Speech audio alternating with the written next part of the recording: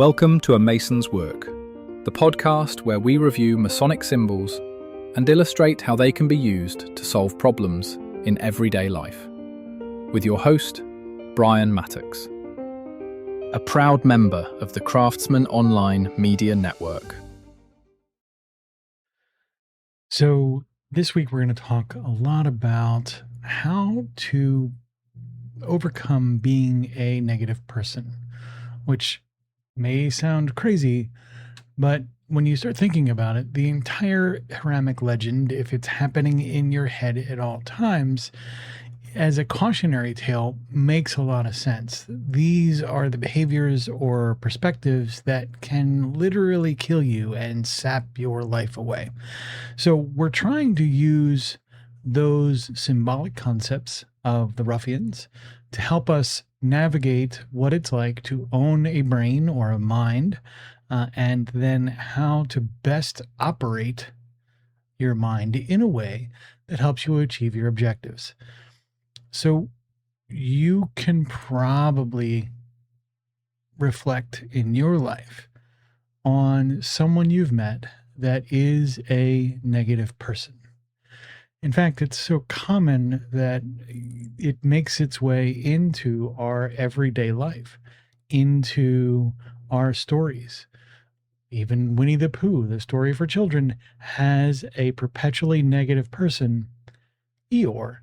And when you start to think about those folks in your life, there's a good chance a couple things remain true. First things first, you probably don't want to hang around with somebody who's constantly negative. The other thing that's probably true is there's a good chance that you yourself are at times that person. This isn't judgment. This isn't a critique. This is if you find yourself regularly being negative or looking at what you might consider to be the wrong side of a situation, how do we overcome that as a perspective? And then if you meet someone by the wayside who has that perspective, how might we help them as well?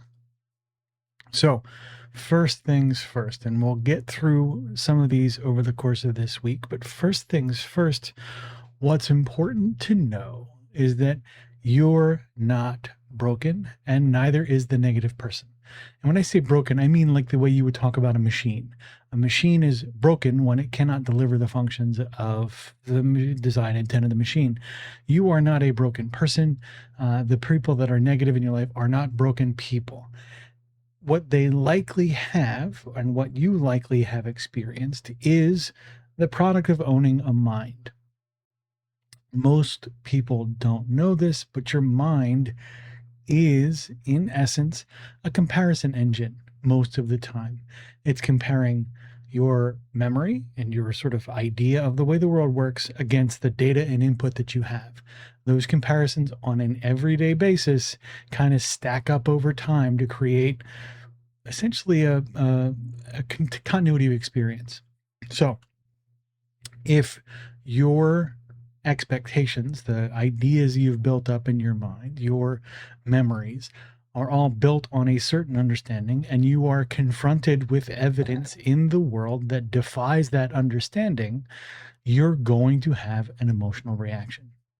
You stack those up over time, and then you have either a positive or a negative person, someone who's usually pleasantly surprised or feels capable of responding in the moment, or someone who feels like, despite their best efforts, they're unable to achieve their objectives because the data they're getting in the world doesn't match what they expected in their mind.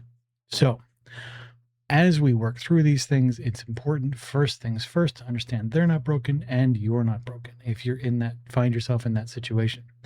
So then what do we do when we find ourselves in a situation where we feel negative? We have a strong emotional response that's in what we might consider a negative emotional space. First things first is don't try and change it.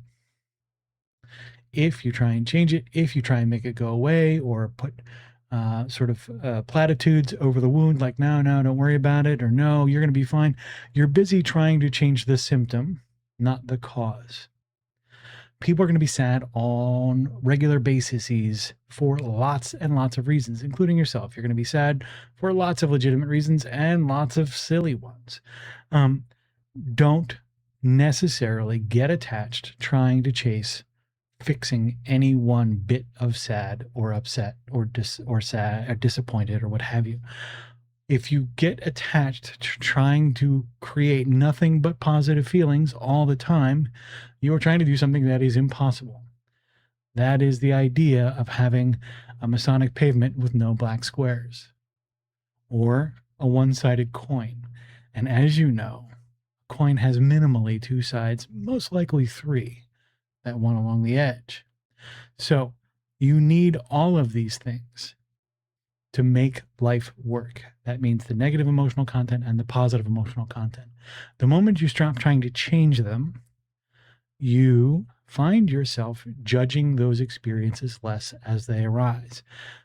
Negative feelings can come up and they can go about their way. Positive feelings can come up and they can go about their way. We'll get into a little bit more as to kind of what those mechanics are and how they work and what we're going to do when we experience them and they're a little bit harder to let go of. We'll talk about that over the course of the coming days. The views represented in this podcast are those of the speaker alone and are not representative of any grand or subordinate lodge.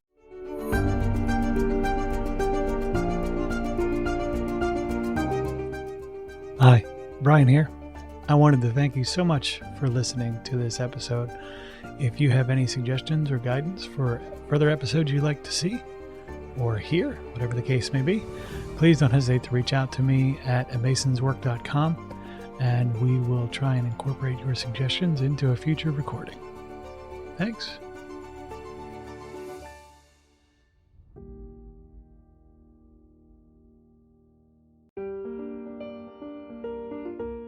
Freemasonry teaches us that the true work is within, a lifelong journey of reflection, discipline, and discovery. At A Mason's Work, we help Masons bring out their best selves through meaningful self-inquiry and symbolic practice. From personal reflection to lodge engagement, we offer tools that turn symbols into action. Visit us at amasonswork.com. The work is within. The time is now.